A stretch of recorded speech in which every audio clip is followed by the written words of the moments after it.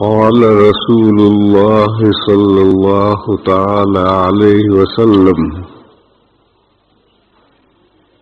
من حسن اسلام المرء تركه ما لا يعنيه.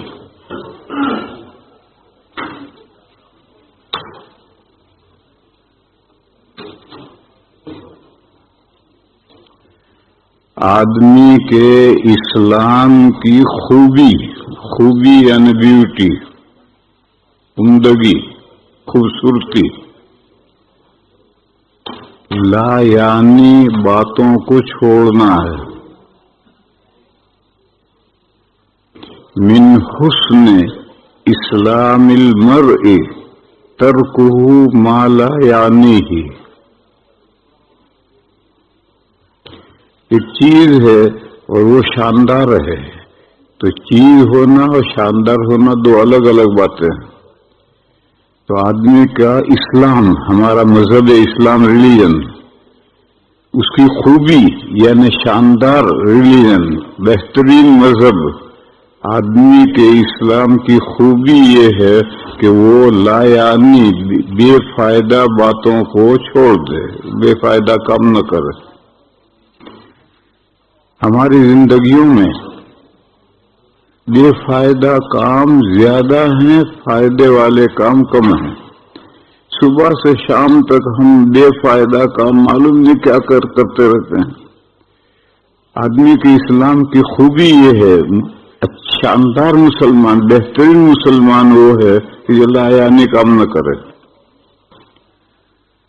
لا یعنی جس کام میں کوئی فائدہ نہیں، ایسا کام نہیں کرنا چاہیے. وہ کام کرو جس میں فائدہ ہو. چند مثالیں لے لو اس کی.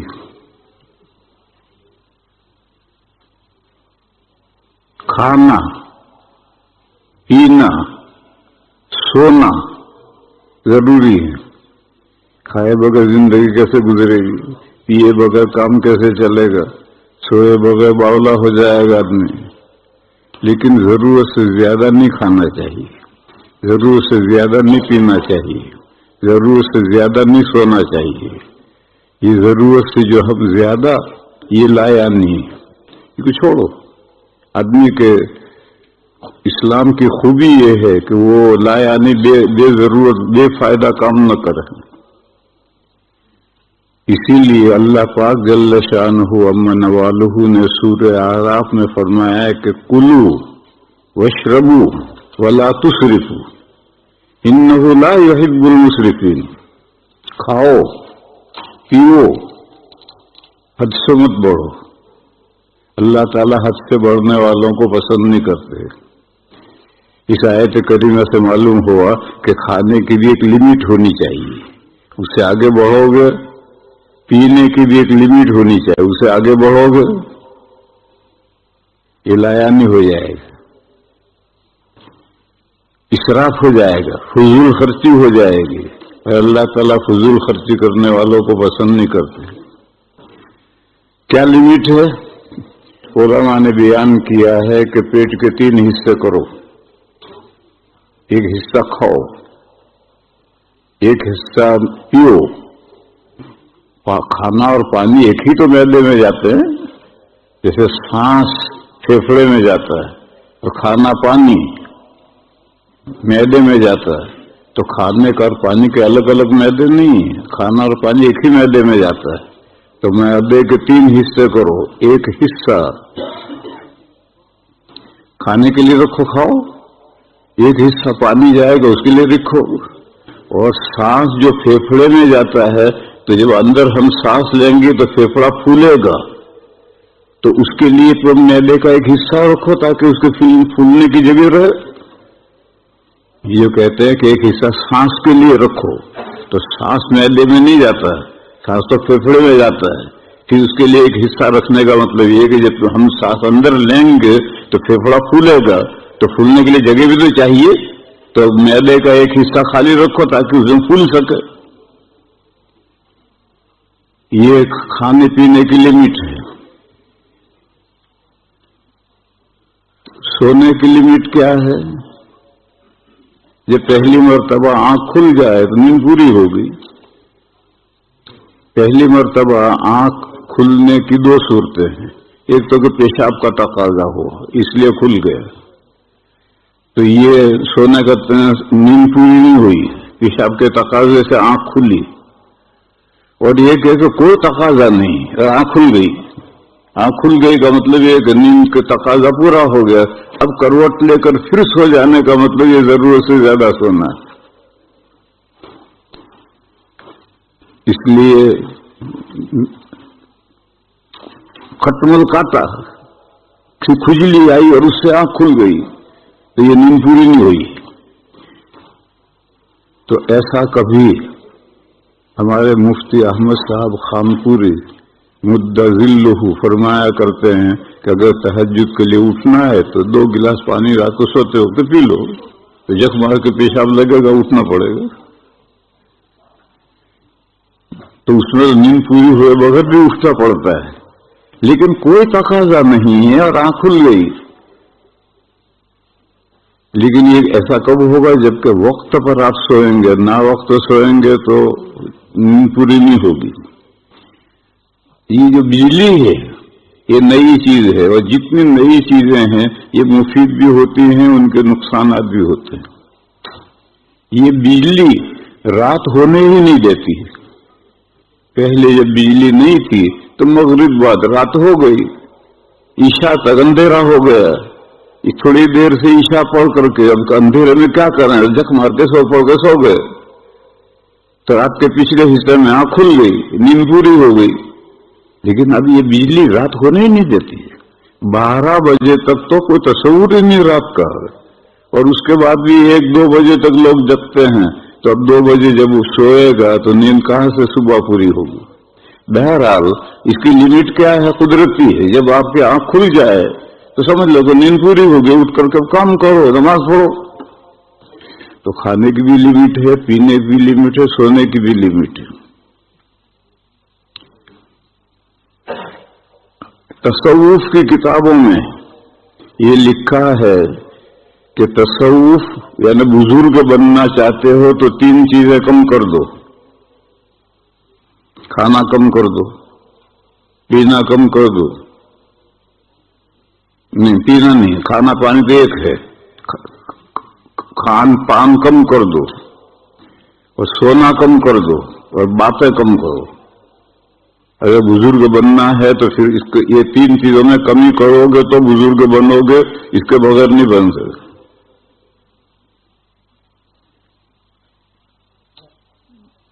ہمارے حضرت شیخ مولانا زکریا صاحب قدس سرہ فرمایا کرتے تھے کہ اب قوا کمزور ہو گئے ہیں, لہذا کھانا مت کم کرو.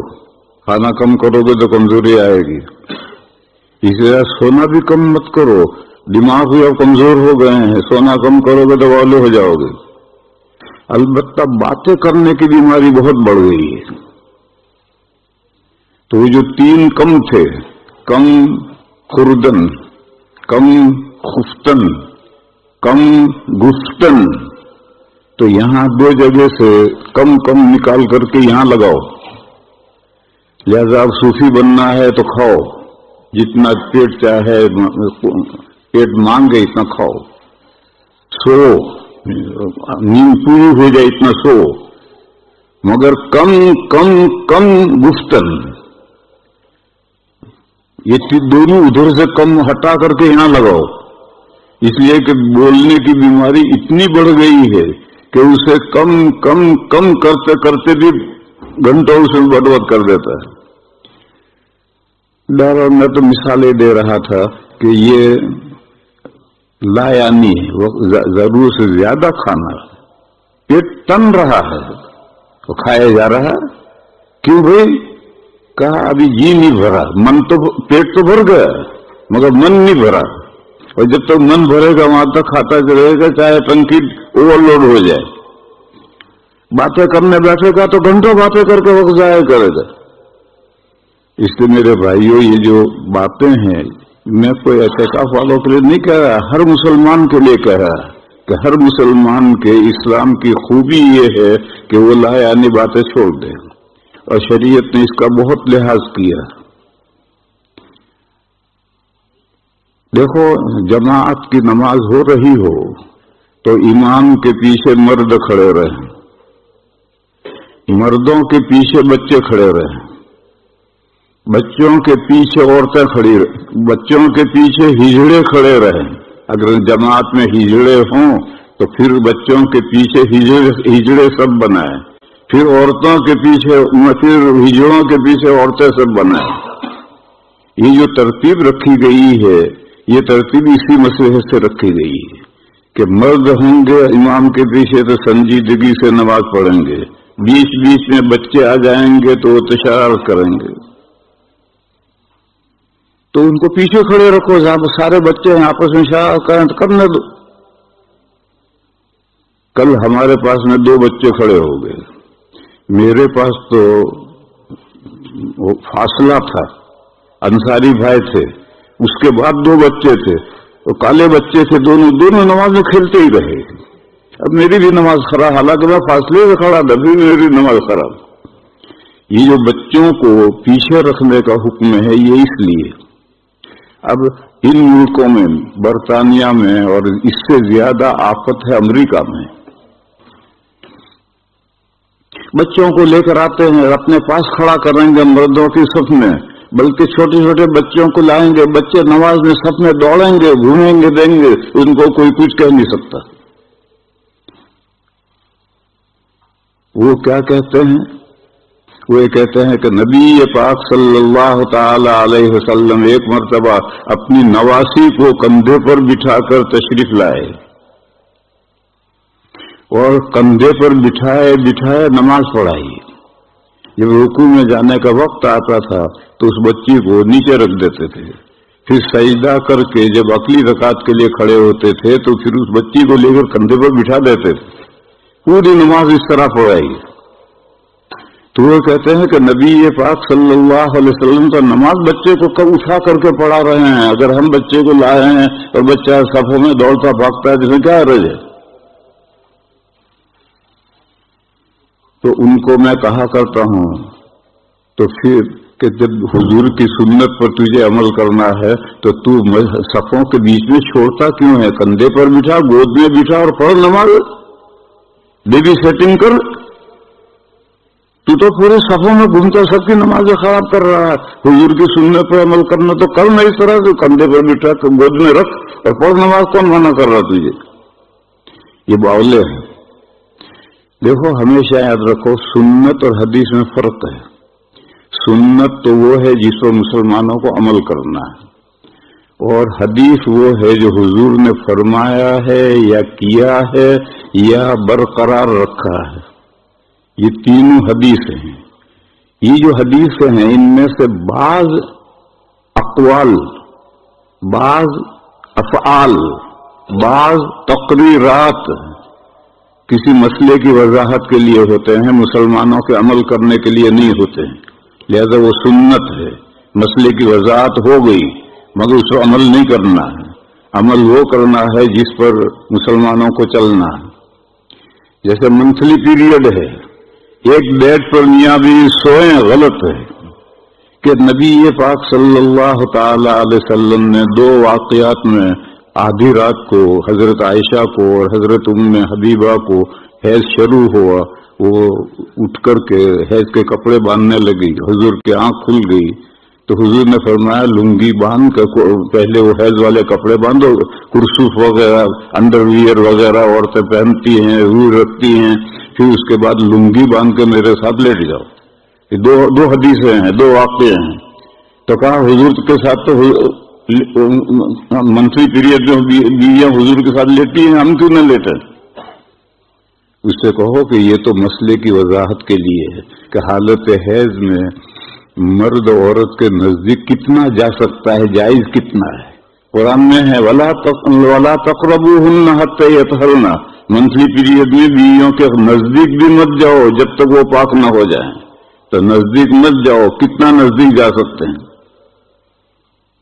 تو حضور نے اپنے عمل سے بتلایا کہ ناف سے گھٹنے تک کا جو بدن ہے اسے کپڑے کی آڑ کے بغیر ہاتھ بھی نہیں لگا سکتے،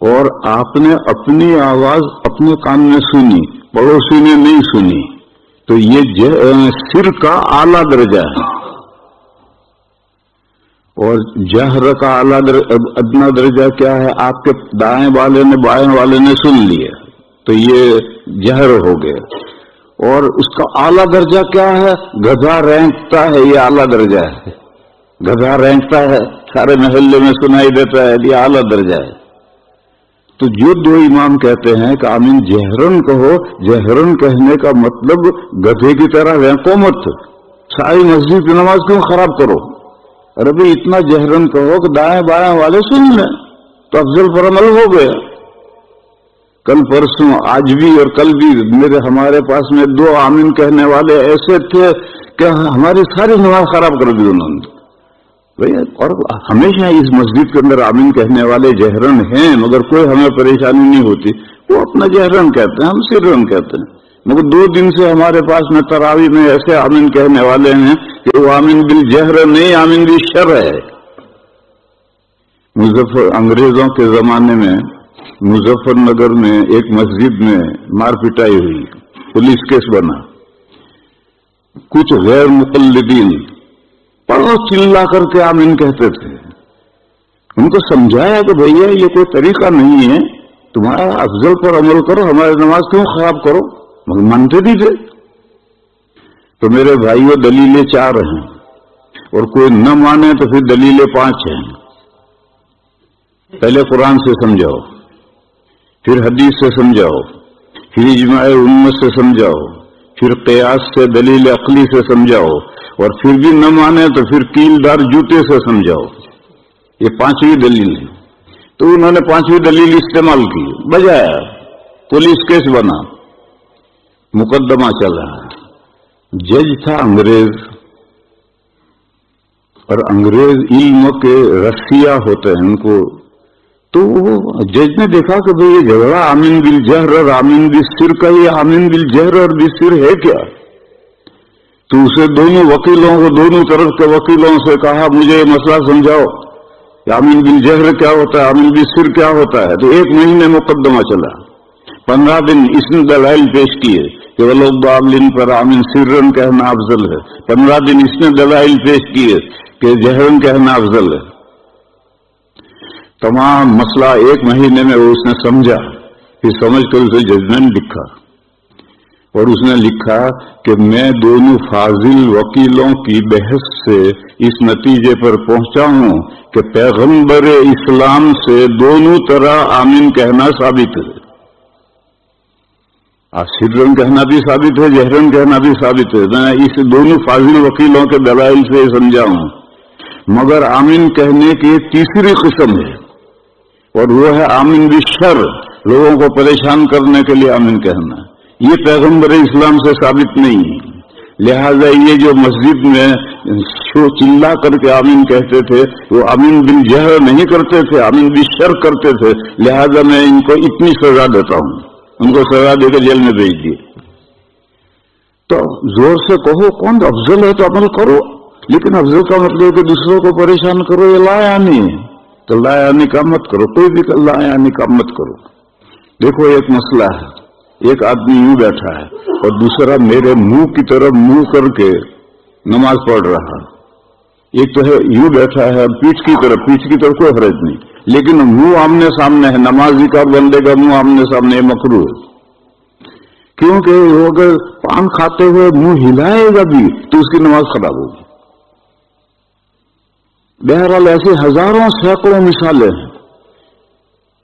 نبی پاک صلی اللہ علیہ وسلم نے فرمایا کہ من حسن اسلام المرء ترکہ ما لا یعنیہ، آدمی کے اسلام کی عمدگی خوبی یہ ہے کہ لا یعنی کام نہ کرے۔ وآخر دعوانا الحمدللہ۔